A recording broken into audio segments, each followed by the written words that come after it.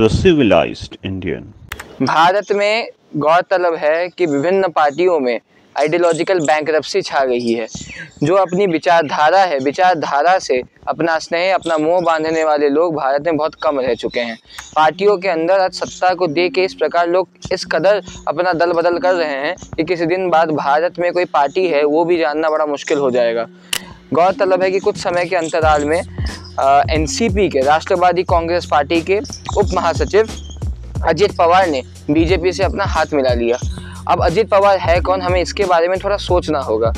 तथाकथित जो राष्ट्रवादी कांग्रेस पार्टी है उसमें अजित पवार का एक बहुत बड़ा हाथ है। कारण यह है कि उनके पास राजनीतिक कैपिटल हो ना हो, वो शरद पवार के भतीजे हैं और इस दबदबे के कारण राष्ट्रवादी कांग्रेस पार्टी में उन्हें कोई कुछ पूछता भी नहीं है। अजित पवार का ये पहला चांस नहीं है जब उन्होंने दगादारी करी थी। अजित पवार इसके पहले भी जब पहली बार सुबह के 8 बजे के अंदर देवेंद्र फडणवीस को शपथ दिला दी गई, तब भी अजित पवार उन्हीं के साथ गए थे सरकार बनाने के लिए। उसके बाद राष्ट्रवादी कांग्रेस पार्टी ने उनके ऊपर डिसिप्लिनरी एक्शन लिया था और एक्शन के तहत उनका पद और उनका कद घटा दिया गया था। परंतु अब ये पूरा स्पष्ट है कि अजित पवार केवल और केवल सत्ता के लालच में है। और दूसरी बात ये भी है कि सत्ता के लालच को बीजेपी अपने हथियारों से और प्रगटित कर देती है। और उसका जो हथियार है वो किस प्रकार का जनता या फिर कोई डेमोक्रेटिक हथियार नहीं है, कोई लोकतांत्रिक अस्त्र नहीं है। वो केवल और केवल भारत के संविधान में निहित जो इंस्टीट्यूशन है उनका दुरुपयोग है। मुझे आश्चर्य हुआ जब तो कुछ मेरे पास में मैसेज आए, कोई मैसेज लिख के आए कि भाई आपको 2 ऑफ़र है। एक तो ये कि आपके सीबीआई, ईडी जितने भी आपके खिलाफ मुकदमे दर्ज किए जा रहे हैं, बड़े बड़े केस बनाए जा रहे हैं सो कॉल्ड, इन सबको वापस ले लेंगे, आप अलग हो जाइए और पार्टी तोड़ लीजिए, हम आपको मुख्यमंत्री बना देंगे।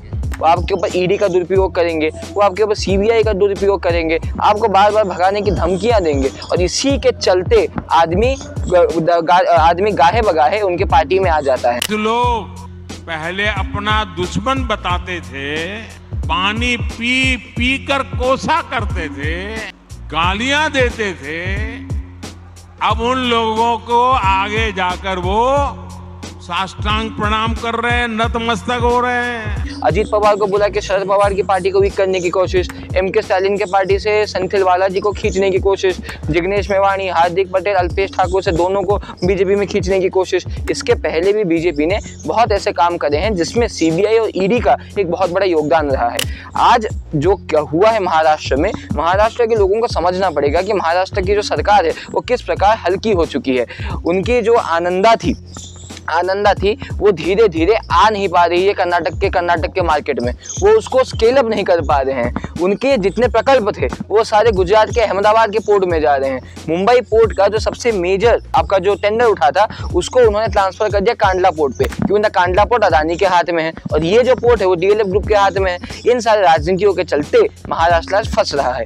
विदर्भ रीजन से भले ही चीफ मिनिस्टर देवेंद्र फडणवीस आते हैं, परंतु विदर्भ रीजन के जितने भी आपके रिसोर्सेस है उसके माइनिंग का जो ठेका मिला है वो गुजरातियों को मिला है। और वहाँ टेंडर में ये भी बात चली है कि जो मराठावाड़ा रीजन में कभी भी मराठावाड़ा ठेकेदारों को कोई प्रेफरेंशियल हेल्प नहीं मिला, ऊपर से कि गुजराती जो थे उन्होंने पैसे देके उन जगहों में अपना अधिकार जमा लिया। धीरे धीरे गुजरात महाराष्ट्र पे चढ़ता जा रहा है और उसका कारण है कि उन्हें बीजेपी जहां भी आती है गुजरात के लिए उस जगह को अपना थाली बना देती है कि गुजरात उस राज्य से लूटे। आज यूपी को गुजरात ने लूटा है, नोएडा के जगह आज अहमदाबाद में गिफ्ट बन रहा है, तो सारे प्रकल्प वहां जाएंगे।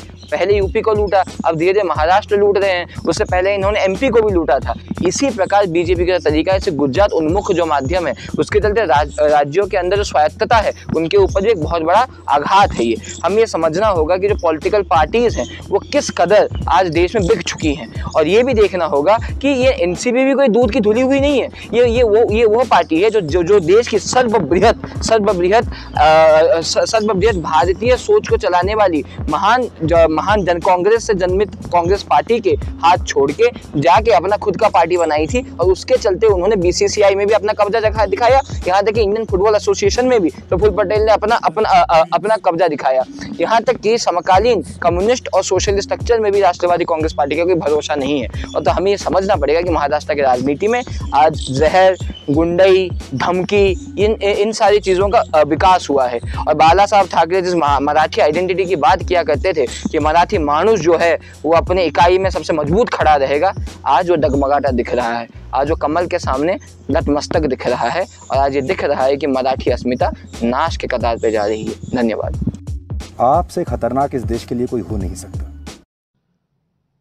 पहले से भी ज्यादा, बहुत ज्यादा सच दिखाना आपको कोर्ट कचहरी के चक्कर लगवा सकता है। हाँ ठीक है, तो ये तो मोदी जी की यही खासियत है।